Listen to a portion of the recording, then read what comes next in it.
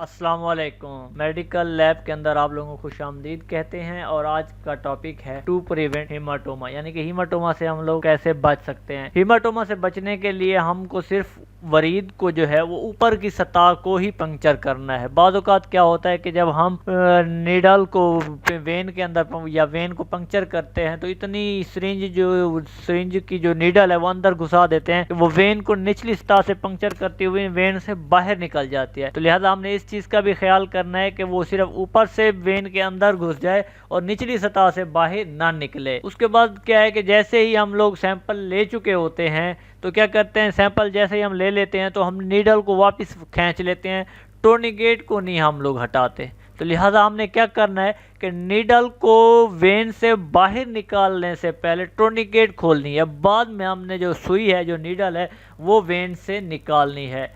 और उसके बाद क्या करना है, कोशिश करें कि सबसे बड़ी और आसानी से नज़र आने वाली वरीद यानी वेन का इंतखाब करें। हम लोगों को क्या है कि हमने वो वेन इंतखाब करनी है जो मोटी हो और जो आसानी से नज़र आ सके। ठीक है, क्यों? उससे हम सैंपल आसानी से ले सकते हैं, उसमें हमें सैंपल लेने में आसानी होती है। दूसरा बात क्या है, अगर वो वेन बड़ी नहीं होगी, वीक वेन होगी, तो उसके अंदर जो है हम सैंपल जब लेंगे तो उसमें खून कम होता है। खून क्या होता है? कम होता है। छोटी वेन के अंदर खून कम होगा, बड़ी वेन के अंदर ब्लड ज़्यादा होगा। जब खून कम होगा तो वो हमें मतलूबा मिकदार हासिल नहीं हो सकती। अगर मतलूबा मिकदार हासिल भी हो जाती, जो हम पिस्टन है वो वापस खींचते, तो वो एक प्रेशर के साथ आता है। वो एक प्रेशर के साथ आता है। जब ब्लड प्रेशर के साथ सिरिंज में आएगा तो उसके वक्त हीमोलाइसिस यानी कि हीमाटोमा के नुकसान है, ब्लड की हीमोलाइसिस का नुकसान होता है। तो इन चीज़ों का हमने ख्याल करना है। इस बात को भी यकीनी बनाएं कि सुई वरीद के अंदर मुकम्मल चली गई है। अगर सुई मुकम्मल तौर पे वरीद में दाखिल नहीं हुई तो खून लीक होकर वरीद के इर्द गिर्द सॉफ्ट टिश्यू में जमा हो जाएगा। यानी कि क्या है कि वेन अंदर से ही पंचर हो जाए और नीडल उसके अंदर ही रहे। अगर ये है कि नीडल हमने इंजेक्ट की है और वो वेन में तो एक बार गई है, लेकिन जब हम सैंपल लेने लगे तो वो दोबारा बाहर आ गई है, तो इससे क्या होता है कि अंदरूनी तौर पे भी ब्लीडिंग होती है और बाहर भी हमारे जिस्म के ऊपर भी वो ब्लीडिंग शो हो सकती है, जो कि टिश्यू को डैमेज करने का सबब बन सकती है। और लास्ट पॉइंट जो है वह सुई निकालने के बाद जिस जगह पे हमने पंक्चर की है वेन को, वहाँ पे दबाव डालें। ये बहुत ही इम्पोर्टेंट पॉइंट है, दबाव डालने का।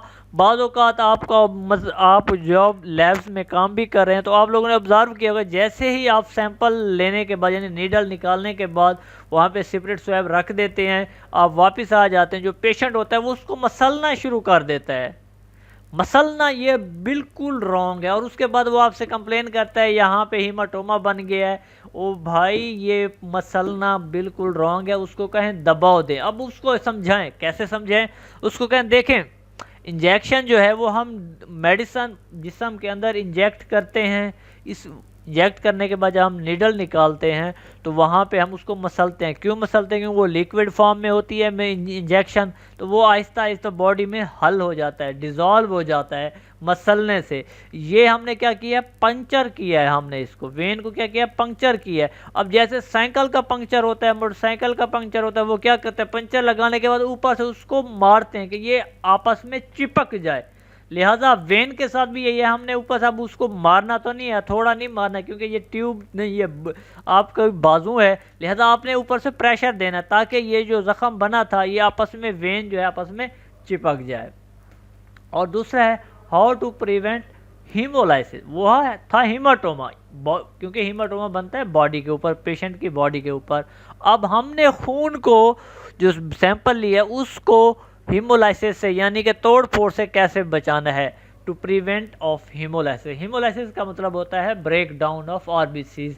इसके अंदर आरबीसीज टूट जाते हैं। जब हम सैंपल ले चुके होते हैं तो एंटीकोगुलेंट ट्यूब में जब डालते हैं तो फिर आराम से 5 से 10 मरतबा हमने मिक्स करना होता है, बिल्कुल आराम से। ये नहीं कि हम उसको झटके के साथ मिक्स करेंगे तो वो दोबारा आरबीसी टूटने के चांसेस होते हैं। और हीमाटोमा वाली जगह से खून लेने से भी गुरेज करना है, क्योंकि वहाँ पे ऑलरेडी खून का क्या होता है, सही तनासुब नहीं होता, वहाँ पे ऑलरेडी ख़राब खून मौजूद होता है। दूसरा, सिरिंज के प्लंजर को वापस ज़ोर से ना खींचें। जब हम नीडल इंजेक्ट कर देते हैं तो हम प्लंजर जिसको हम वापस खींचते हैं सिरिंज के जिस पोर्शन को, उसको प्लंजर कहते हैं। तो प्लंजर को भी हमने आराम से वापस खींचना है।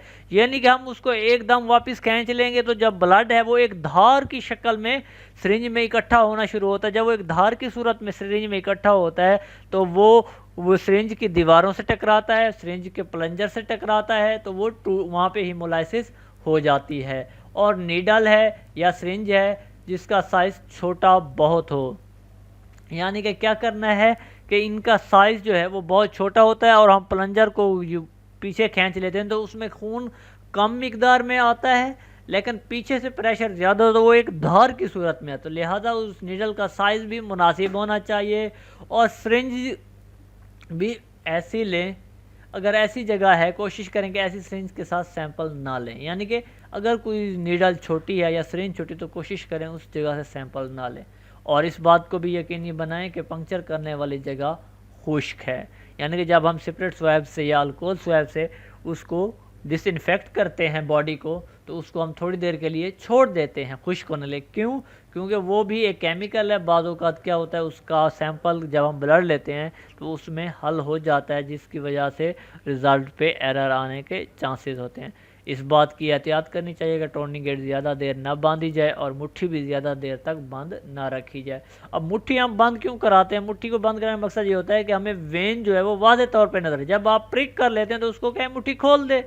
मुट्ठी का बंद रहने का काम ही नहीं है। और टूर्निकेट भी हम इसलिए बांधते हैं कि हमें वेन वाज़ेह नज़र है। जब वेन नज़र आ जाती है, प्रिक कर लेते हैं, सैंपल लेने के बाद हमने टूर्निकेट क्या करनी है, खोल देनी है। और आपको पता भी है टूर्निकेट हम ज़्यादा से ज़्यादा 2 मिनट तक बांध सकते हैं। अगर ज़्यादा भी हमें बांधना है तो फिर हम उसको खोल के 2 मिनट का गैप करेंगे, उसके बाद दोबारा 2 मिनट के लिए बांध देंगे। तो ये था हमारा आज का लेक्चर।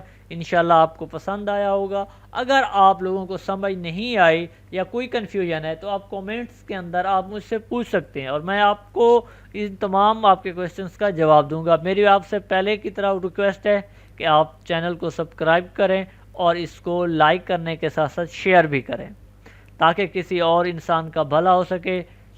और मेरी तरफ से आप सब लोगों को दुआएं, नेक तमन्नाएं और खुदा हाफिज़।